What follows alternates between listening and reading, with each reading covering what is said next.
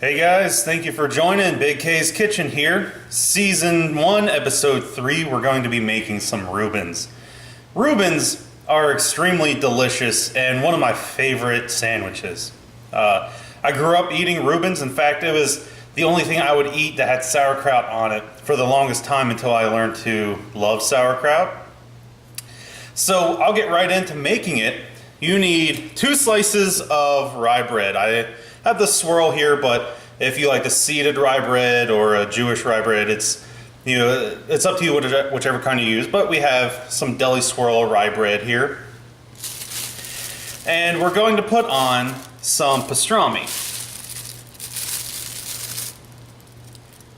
Now, normally it would call for corned beef, but pastrami, I feel, adds just an extra little bit of flavor to it. Pastrami is very close to corned beef. It's actually they're both brined meats, but where corned beef stops at the brining section and then is cooked, pastrami is then peppered and rubbed down with different spices to give it a little bit more flavor, and then it's smoked usually. So we have probably what's about a quarter pound of pastrami on our sandwich. And then we'll be adding in the sauerkraut. Now, the trick to putting the sauerkraut on is that we are going to squeeze the sauerkraut. We have to get as much juice as possible out of the sauerkraut, or else it's going to make the sandwich soggy, as well as if you get too much of that brine in the sandwich, it just makes it too pungent, too powerful, and all you end up tasting is that sauerkraut. So we have there a solid handful of sauerkraut. Then we are going to go ahead and add on the cheese. We have 1 slice of Swiss cheese. Then all we're going to do is top it with the other slice of the deli rye bread. Now we're going to go ahead and take this. Of course, you'd repeat this process for however many Reubens you're going to make. You know, whether it's just one for yourself for dinner or you have a family over, you can get a whole brigade of these things going on. Makes it really quick and easy to throw down 10 or 12 of these if you're having a family gathering. So we're going to set this aside and bring around the griddle, which we're going to turn on to 325 degrees. So that's going to be a 325 degree griddle. And we're just going to take a second, let this heat up. All right, so now what we've done is we've covered one side of the Reuben with butter, and we're going to put that butter side down just like that. Then we're going to go ahead and cover this top side with a layer of butter as well.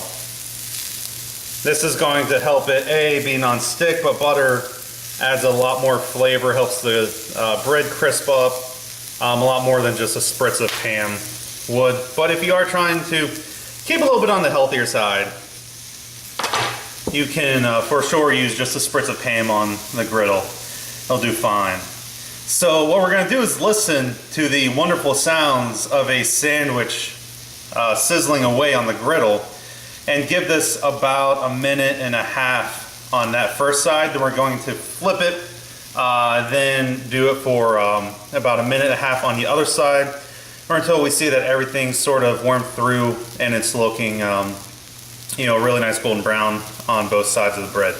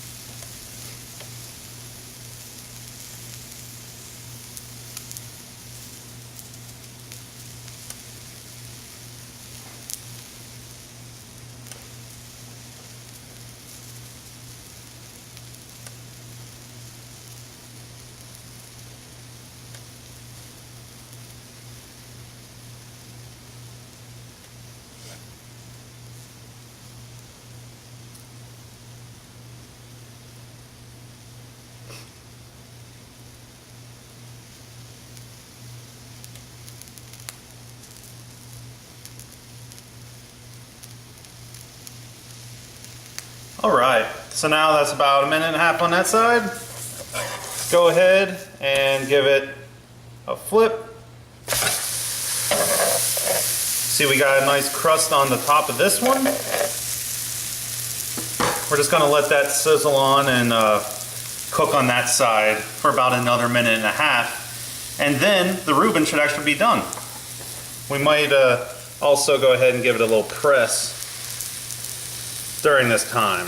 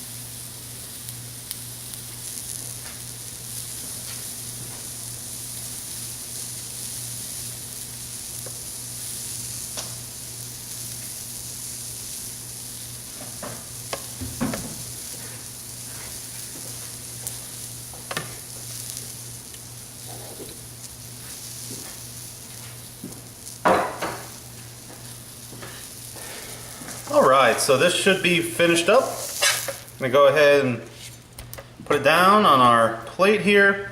I'm going to go ahead and get this griddle out of the way.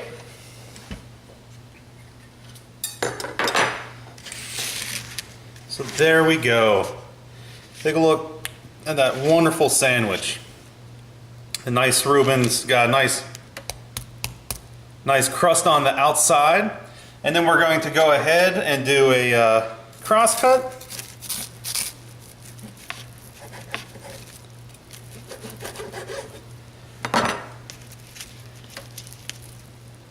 And look at that cross section.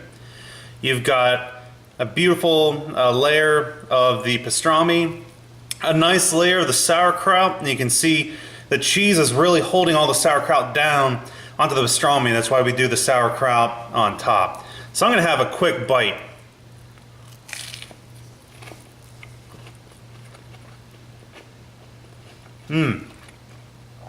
That is amazing. I can't tell you how much I love the Reuben. Anyway guys, I want to thank you very much for watching, and please continue to follow us on the different social media and continue to check out what videos we might have for you next week. Thank you very much for watching. Bye. Hey guys, thanks for watching my Reuben video. I realized while I was going through and looking through the footage, I had never actually mentioned the usage of Russian or Thousand Island dressing. Both are considered pretty traditional. Russian dressing was the first one used. However, Thousand Island in the 50s became the de facto dressing used. So I didn't put any on the sandwich, and what I had meant to mention is that it's very good to put on the side. However, putting it on the sandwich as you cook it creates a very slick layer in the sandwich, causing the sandwich could end up sliding around as you're cooking it. It may not become as cohesive. And also I feel like excess moisture from the dressing can also cause the sandwich to come out a little bit mushy, especially if they sit around for a little bit after you're done making them.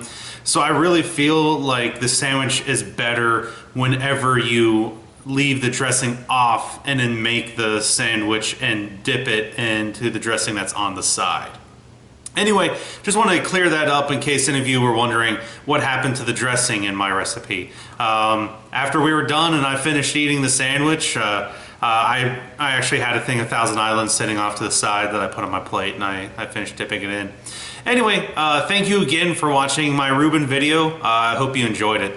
And please continue to follow my channel, as well as this is going to be the first video made with a new format where I'm also going to have a little bit of a history video on it. and a little bit more of a vlog style as well, because I'll be going into my history with what food I make. So today it's going to be the Reuben. However, next week it might end up being something, else. So once again, thank you for watching the cooking video, and check down in the description below. I'll put a link to the vlog / history lesson on the Reuben sandwich. Thank you again.